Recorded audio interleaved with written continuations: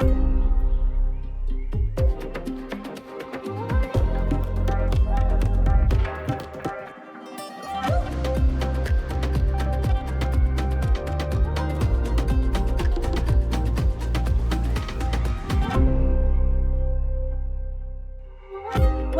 to Global Eye from the BBC World Service, and welcome to Alaska, America's last frontier, just 55 miles from Russia.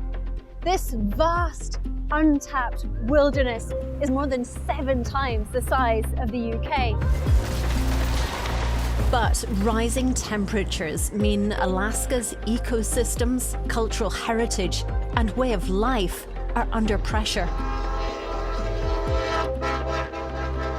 I'm Anna Holligan, and I'll be your guide for this week's showcase of the best of the BBC's global journalism from the World Service.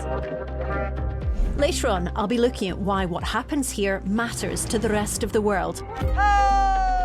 And we'll be in Pakistan following a unique group of women, the last of their kind, on a very special journey. But first, we're taking you to Moldova in Eastern Europe, where voters are due to go to the polls in a general election this weekend in a contest that's on a knife edge. The BBC Eye investigations team has gone undercover to expose a pro-Russian group using disinformation to influence the election result.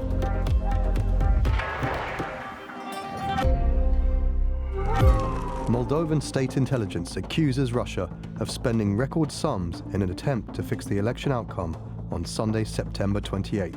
Deci, noi vorbim de sute de milioane. BBC Eye goes undercover to expose how fake news is shaping Moldova's future. Почему мы это делаем? Задание, да. Стоп. As the pro-European PAS party goes head-to-head with a coalition of pro-Russian anti-EU parties, is Russia now trying to rig Moldova's elections? Слышишь, а вы можете деньги привезти из Москвы? Moldova, a country of 2.4 million on the edge of Europe, narrowly voted yes to joining the EU last year in a referendum marred by extensive allegations of Russian interference. Moldovan citizens were reportedly paid in return for protesting against joining the EU. The police say these illegal payments were organized by Moldovan oligarch Ilan Shor, now living in exile in Moscow. With crunch elections approaching, Shor has taken the gloves off, openly offering to pay for protests against the government. Начиная с субботы, все те, кто поддерживают наше движение, все те, кто поддерживают наш призыв, начнут получать зарплату в $3000 в месяц. The authorities have called Shor's offer of payment blatant election interference. Moldova goes to the polls this Sunday, 28th of September, in a crucial election to choose a new parliament. Moldova's most senior police officer believes that record funding is being smuggled in to swing this election. Anul curent, eu cred că noi depășim aspectul de finanțare și corupere a alegătorilor, spectru care este asigurat de această organizație criminală.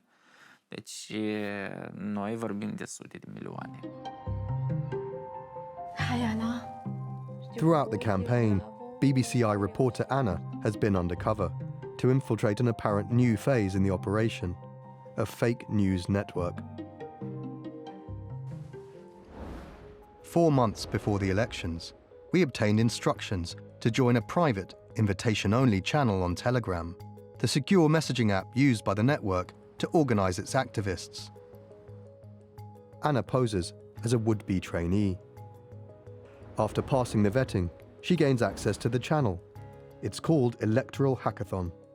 Inside are 35 recruits who are invited to attend online lectures on how to be paid to influence elections while posing as ordinary members of the public. On completing the course, Anna receives a direct telegram message from one of the organizers, a woman called Alina Zhuk.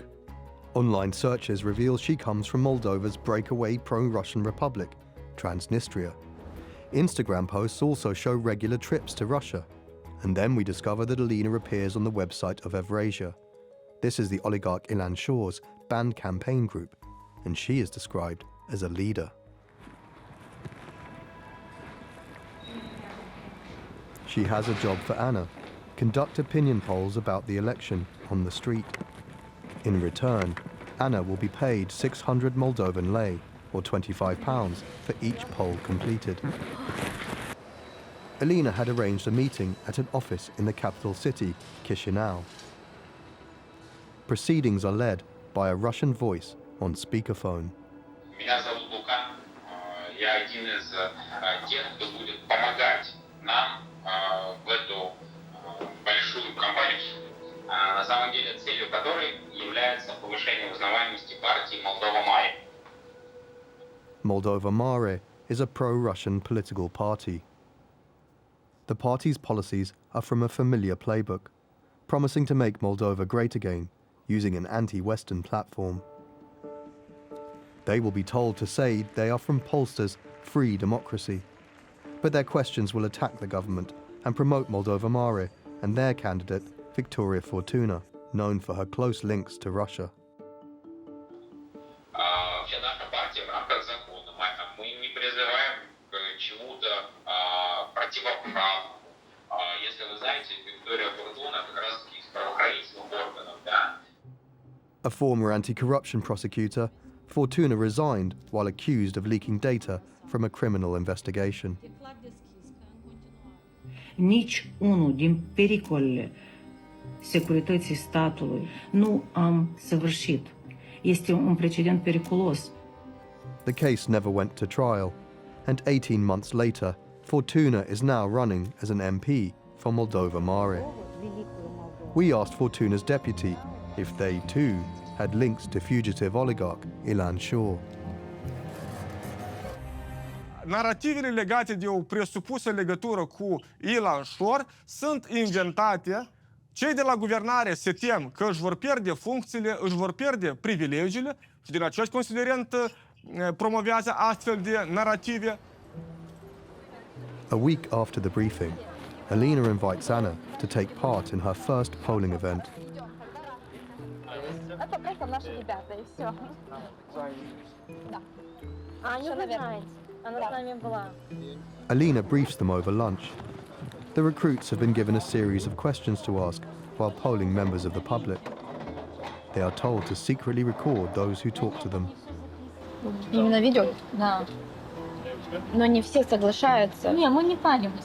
Знаешь, мы держим эту планшетку и вот так телефон. Alina hands the group a questionnaire to be answered by members of the public. It says they are from the European Centre for the Study of Public Opinion, Free Democracy, an entity that does not appear to exist and is not registered with Moldova's Electoral Commission, making their polling illegal. The team are asked to read out questions that contain known falsehoods about the current government. Partidul PAS susține lichidarea Moldovei și aderarea la România. Cum vă raportați la această idee? After the polling, Anna is added to another private Telegram channel called The Brigade, along with 6 other newly appointed group leaders, overseen by Alina Zhuk. Then Alina calls with another job offer. Там лица свои не надо светить, не нужно там свое настоящее имя писать. Публикуем, они каждый день дают нам тему. И мы делаем в ТикТок, в Facebook. Я тебе дам сейчас контакт этой девочки, и все остальные моменты вот с ней обсуждаешь. Ну, что-то конкретно это не можешь сказать, только через эту девочку, Ну, да? я могу сказать 3000 лей в месяц. Угу. Anna will be paid £130 a month to create social media profiles and put out daily posts. Da, salut, doamna Ana. Eu mă numesc Milena și sunt curatorul proiectului în care va transmite doamna Alina. Da, uitați-vă, proiectul nostru se numește InfoRM. Punem în canal, postăm tema. Da. Și pe tema aceasta trebuie să faceți postare. Două principale, asta este Facebook și TikTok. And then Milena reveals a vital piece of information. Ce legat de bonusuri? Uitați-vă, noi transmitem bonusurile prin cardul PSB. Milena confirms Anna will receive a payment from PSB Bank in Moscow, owned by the Russian state under international sanctions and linked to Ilan Shor. Administratorul acestei bănci este viceministrul apărării din Federația Rusă. De fapt, este banca care a finanțat și a întreținut practic toate zonele ocupate din Ucraina. Zonele aflate sub ocupația Federației Ruse și sub asediu de război. After this, Anna is instructed to create a series of fake Facebook and TikTok profiles and given daily instructions on posting, talking down the current government or supporting Shor's paid protests. Many of the requests contain outright lies. Just as the election campaign was about to begin, the network we've infiltrated suffers a major setback. Moldova's Electoral Commission blocks 4 parties from running. For Alina's influencer brigade, this means their candidate, Victoria Fortuna, is suspended from running in the election. Это акция очень важна. Потому что, я считаю, создался новый патриотический блок. И очень важно для нас оно. Поэтому надо выложиться на все 100. Alina and her backers have pivoted, placing their support behind a new group of socialist MPs, formed only days earlier.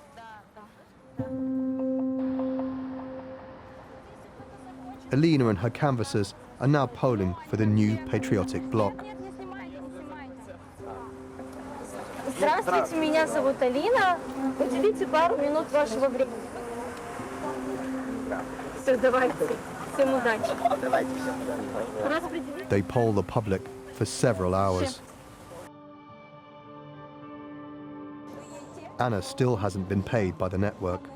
She meets up with Alina to settle accounts. Он же 1200 плюс 1200. И Alina pays Anna her salary of £100, plus expenses, for taking part in 4 polls to date. The BBC later donated the cash to charity. Anna presses Alina on the purpose of their canvassing. все очень просто. Просто объясни мне, почему мы это делаем, чтобы я поняла, почему мы это делаем. Задание. Все. Госзадание дали всем бригадир. Alina reveals her group is just one brigade in a much larger digital army, all with the same marching orders. The following evening, they meet again at the bus stop, where Alina receives an unexpected call. Alina seems overwhelmed by the task in hand and urgently needs more cash. Слышишь, а вы можете деньги привезти из Москвы? Вы берете какой-то процент? Мне нужно просто мою зарплату. Anna has caught Alina in the act, requesting money from Russia to pay for her campaigning in Moldova. Russian officials continue to insist their government is not interfering in Moldova's elections. Бездоказательное утверждение о якобы вмешательстве России в электоральные процессы выглядит просто абсурдно. Обнародованным результатом закрытых опросов наибольшее беспокойство жителей Молдавии вызывает постепенная утрата независимости республики, ее милитаризация, экономическая деградация и навязывание вот этой самой экстремистской ЛГБТ-повестки. Anna arranges a final meeting with Alina to ask what is the fundamental purpose of the polling she's been doing. Для себя, да? В связи с чем это делается, да? Почему это делается? Делается для того, чтобы предотвратить фальсификацию голосов.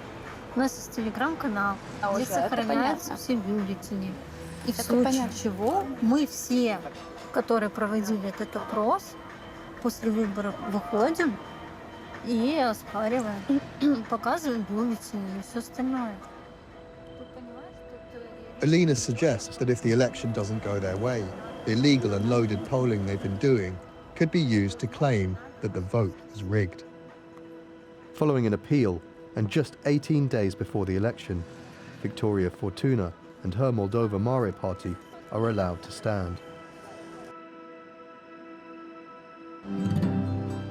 For voters, the bitter political wrangling is unsettling. Не страшно. А что там написано, что вам страшно? Нет стабильности в мире.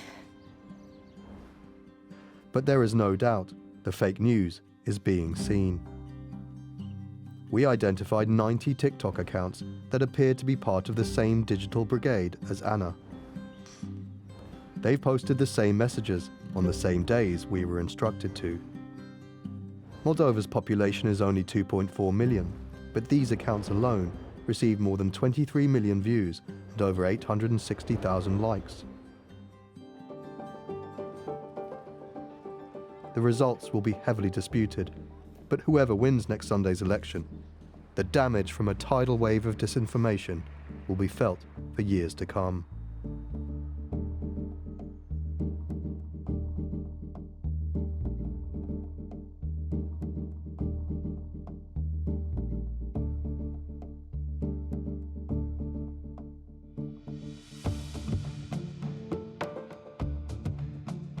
The full investigation is on iPlayer today for viewers in the UK, or international viewers can see it on YouTube.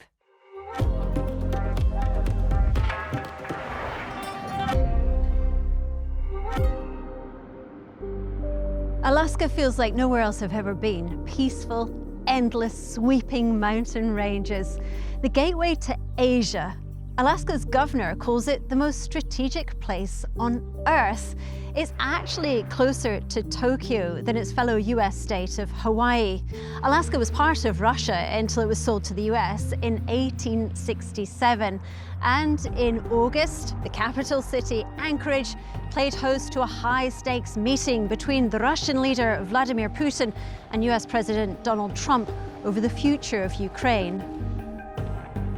For many, Alaska is considered an untapped asset. On his first day in office, Donald Trump vowed to unlock this state's bounty of natural wealth. His administration have pushed for drilling and mining on public lands. Drill, baby, drill. We have something that no other manufacturing nation will ever have, the largest amount of oil and gas of any country on earth, and we are going to use it. Across Alaska, these proposals are being hotly debated. Proponents believe it would ensure US energy security into the future, while critics say this would jeopardize local communities, livelihoods, and Alaska's unique climate. A third of this state lies within the Arctic Circle, yet this summer, for the first time ever, Alaska issued an official heat advisory, and wildfires are becoming increasingly common. There's another challenge too. The melting ice is destabilizing the land, weakening buildings, buckling roads, and threatening pipelines. Indigenous communities are especially vulnerable. Some have been displaced because the land is no longer inhabitable, and traditional fishing and hunting practices have also been disrupted because the melting ice affects animal migration routes and fish populations, meaning there are existential challenges to these traditional ways of life. How do events here in Alaska affect the rest of us? According to a 2023 climate assessment carried out for the US federal government, Alaska is warming faster than the global average, which means the impacts are felt here earlier and more intensely. But it also means the people are highly motivated to try to find solutions and are looking for answers that could help the rest of the world. You can hear my full documentary about the fight against climate change, Alaska's Wild Solutions, next month on People Fixing the World. Listen on BBC Sounds. And here's some other great journalism from the World Service that you can catch this week. For decades, there has been conflict between the Indian security forces and armed Maoist rebels in the Bastar region. BBC News India has spoken exclusively to the first woman to rise to the rank of Maoist military commander to find out what drove her to a path of violence and extreme politics, and then prompted her to leave again. Watch on YouTube. And on this week's edition of Americast, the team explore the killing of Charlie Kirk, including what made him so successful and how dangerous a moment this could be for the country. Listen on BBC Sounds or wherever you get your podcasts. For centuries, the Wahi shepherdesses have been the economic backbone of their remote community. The work of these women who trek across high altitudes, often barefoot and accompanied by their children to graze their flocks, is a symbol of resilience. But their way of life is dying out.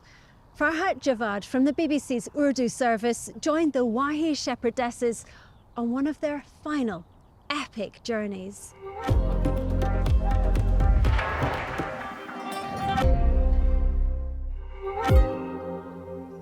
Deep in the Karakoram mountains of northern Pakistan, a centuries-old tradition is about to unravel.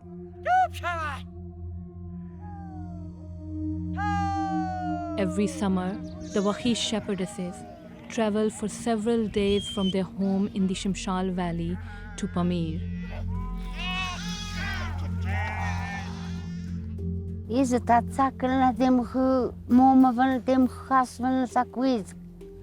Azir spuniga ja verkeerd. Saken azir adem dan van spunto. The last of their kind, they have endured the elements. Spusk kan die nas. Kadem pacha gort krisen stier. And secured a future for their children. उनको फ़ायदा उठा के माल मवेशी बेच के उनको बढ़ाया और आज हम सारे इस स्टेज पे जो है हम सिर्फ और सिर्फ उसी शेफर्डिंग की वजह से है. This is their life's work. They migrate to keep the herd fed and healthy. A timeless way of life, soon to be forgotten.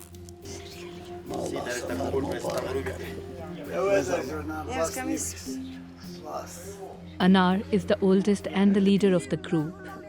At 88, this will be her last trip.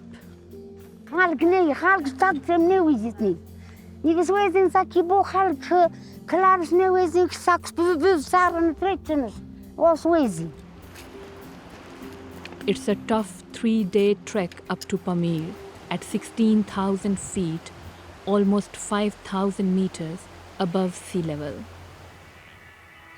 Shimshal Valley remained disconnected from the rest of the world until the early 2000s.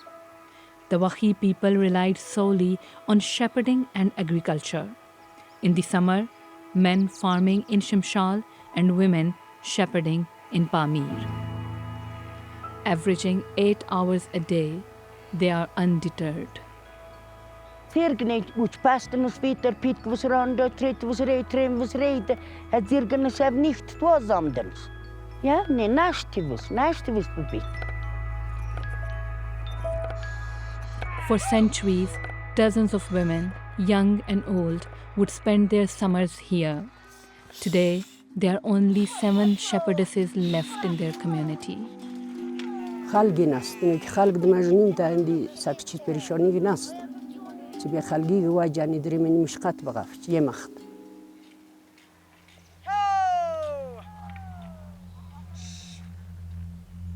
Living in the wilderness comes at a cost in this constant balance between life and death. نازوك الزمان بديت تخويز دين دا سجرة. دام كويز دكي يازو ديك دا نقصان فيت. وازو ميز دسكيم كوازو بيت نقصان فيت. وازو مدير بريشان فيت.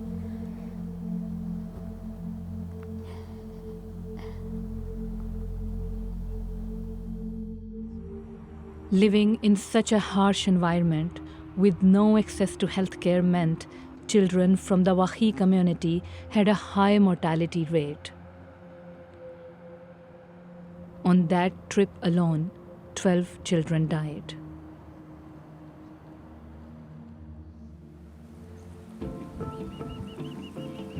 Pamir in the summer.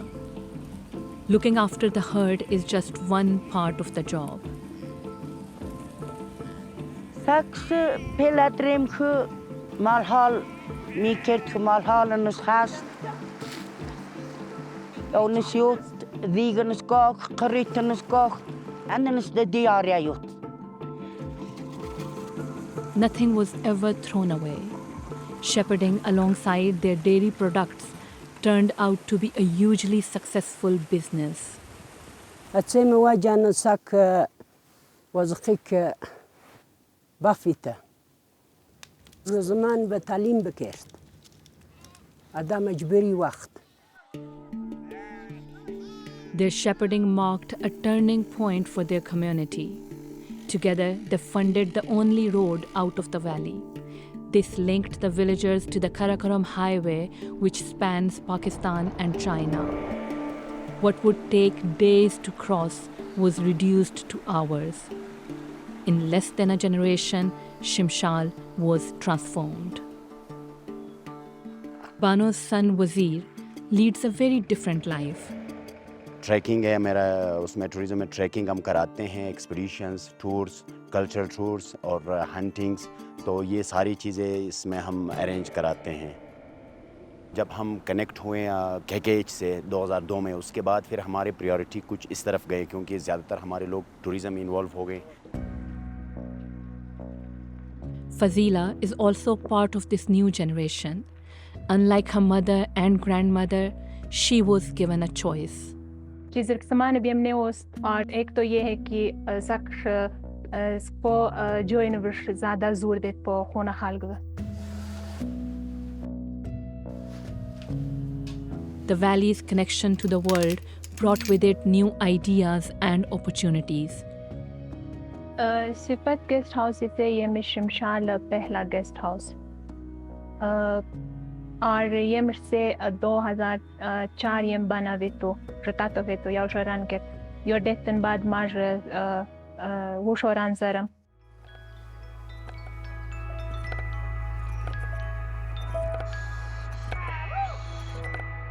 The end is close. The hardest trek is behind them. Shimshal Pass marks the arrival to the pastures. Pamir is in sight.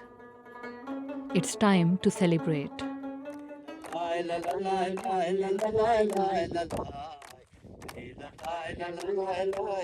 Rafchandri melet, shazab van berwinet, teklif van beberdasht het, sekandrim rafchelet, yo meriskan berafchet. The new generation is venturing into new ways of life. Without women like Anar, Bano, and Afroz, this new chapter in the lives of the Wakhi people wouldn't have been possible. Yarkini awaji teetat, uchirnas. Potsen amdardi ani bzmun bes potsen de Pamir ngafch amdardi. Yem moli.